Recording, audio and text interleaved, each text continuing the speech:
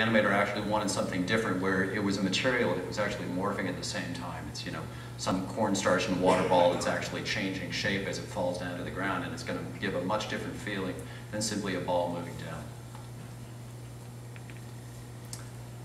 Again, another beautiful drawing to illustrate what we're talking about. And do you have any idea what the drawing on the bottom left is? Yeah, I thought so. Pardon me? That's a good Almost. guess. It was not supposed to be made of foam. But No, but I think you should go with that.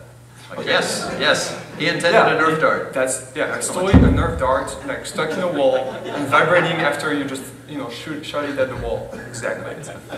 Thanks.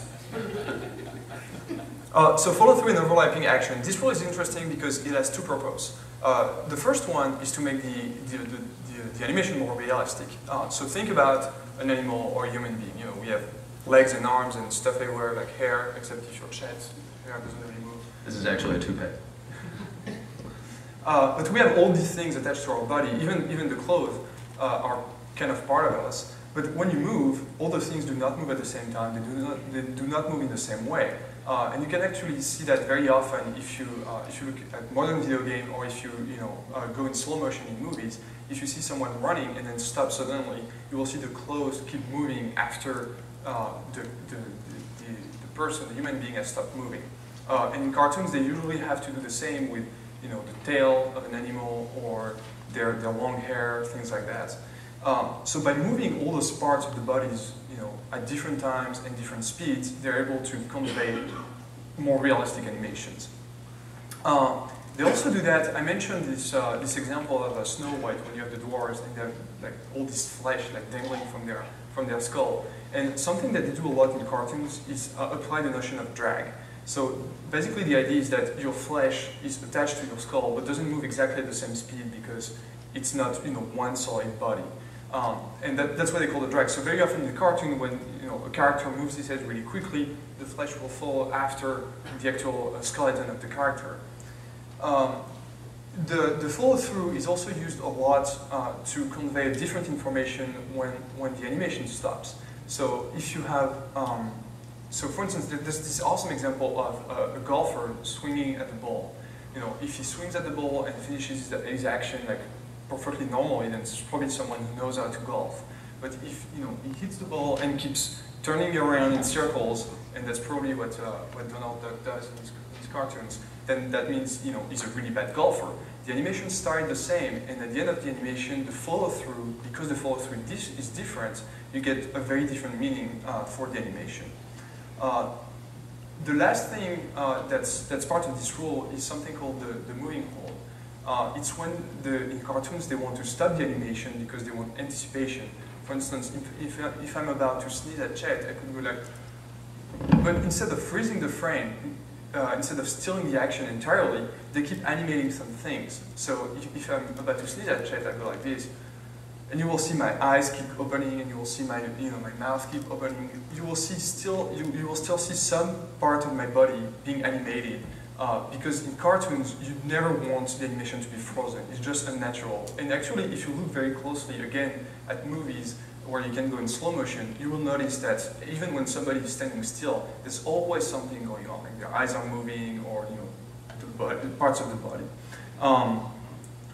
So the follow-through and the overlapping action is actually one of the coolest rules, I think, in this book, because it's something we never really think about, and this is one of the rules that makes a huge difference between those very still, stiff animations. I'm sure that some of you in the audience already tried to draw some little cartoons when you were a kid, or even less of a kid. And if you end up with those really stiff drawings, things that are unnatural, it's because you don't apply that kind of rule. Slow in and out. This is about nonlinear timing for more realistic and certainly more interesting motion. So you can see from the awesome illustration at the bottom, carefully hand-drawn by Howard Wynn. We have time ticking along at the bottom at regular intervals, and we have the ball moving. I'll run it over here because it's more interesting. You have the ball moving a different distance each time, right? So as it's at the top of the arc, gravity is not pulling on it so much, and then it pulls more and more, and the ball moves further in each tick of the time. And we get a more realistic motion over time, so that it's falling faster and faster, it hits the ground, it squashes up, bounces back up. And this is an illustration of much more realistic and fun and more approachable animation than if we simply move the ball linearly from the top to the bottom. So you could have regular pacing for each movement of the ball, so that they drew it the same distance offset from the previous one for each frame of the animation. But in fact, by drawing the original ones much closer to the original position of the ball, and then sort of drawing it further and further away as it falls down, they get much better timing overall. And this is going to be huge in some of the animation stuff we talk about later. Marks, again, you can admire our drawings. I keep thinking they're strung up on like a fish string. And you're going to hang them off the side of the boat and take them home and eat them for dinner. Oh, but at least it's a very cute character. Kind of headless. Yeah, kind of headless. Anyway, so Arcs, one thing that you often see in GUIs and that you have to fix is that everything that moves in a linear motion. So they always move along a straight path. But when you observe what objects and people actually do in real life, they do not move on a straight path. So here we have an example of some random skeleton apparently walking on the ground. Is going in a straight line. It's just going somewhere. But if you draw a line to connect the dots that represent his hips on each frame, you actually see that it is an arc. And people do exactly the same. When you walk, like you go up and down, up and down. So I exaggerate the action, but this is exactly what's happening. Again, if you look at a movie, you freeze every frame, and you try to connect the dots, you will see something like this happening. And that's something that's actually very hard to do. You should try yourself. Like, try to draw an animation. That doesn't matter if what you're drawing doesn't look good. Just try to draw an animation that doesn't go on a straight line. What's really amazing is that we have this tendency of putting everything back on a straight line because we're very good at seeing linear motion. But if you manage to recreate those arcs in every motion, then you have something more realistic that's more pleasing to the eyes. One of the things to notice in a lot of the points that we're making too is that exaggeration is key. This is more than you would see in real life. In fact, all of this stuff does happen in real life, but it happens in such subtle ways that if you reproduced it at that level in a cartoon, you wouldn't get the same effect. There's so many subtle clues about real motion with real people that we pick up because we've been living for a while and picking this stuff up. But when given a cartoon character, you need to exaggerate all of those motions to make it more obvious what's going on, and the arc movement is part of that. You may get Mickey moving around like that, and it looks really good. It looks, that's exactly the kind of feeling you wanted from it. You wouldn't get a real person moving like that, but you would actually get underneath the same motion going on, just at a much lesser level. So secondary action is some other animation that is complementing the main action going on. So I created an animation in, I tried it in like 3 or 4 different tools, and all of them just looked awful. So I decided to not do the animation, but to do 2 drawings instead.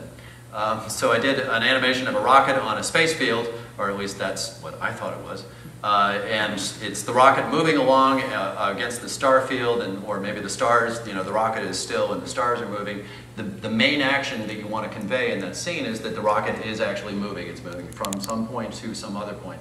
But it helps even more if you can actually show some other animation that's sort of adding to that feeling of movement. So in here we have a secondary action that's going on, which is actually showing the motion lines and the thrust of the rocket, which propel the idea that it's actually moving against the space field, which you don't see on this particular slide. And it actually ties back a little bit to the follow-through and overlapping action. I was telling you about having your clothes moving and things like that, and those are also secondary actions. And like, most of these rules actually overlap by a lot, and some of them would actually not work if they were not used with some of the other rules. So that's an example where secondary action actually is part of the follow-through and the overlapping. The original idea for this slide was to actually show the pieces of phlegm hitting the surface that you sneezed upon, but at some point good sense and taste kicked in. Yeah, and Josh would not enjoy that. So obviously timing is very important when you create animations. The timing is about not only the total duration of the animation, but also about the duration of each part of the animation. So here again we have this awesome example of a bouncing ball. And if you look at the 2 animations, they're actually pretty much the same. But depending on how many frames we choose to use, you convey very different meaning. So on the left we have this ball that falls quite slowly, then compresses using a few frames, and then bounces back up. because it falls so slowly, it's probably something that's not very heavy. And because it compresses a lot and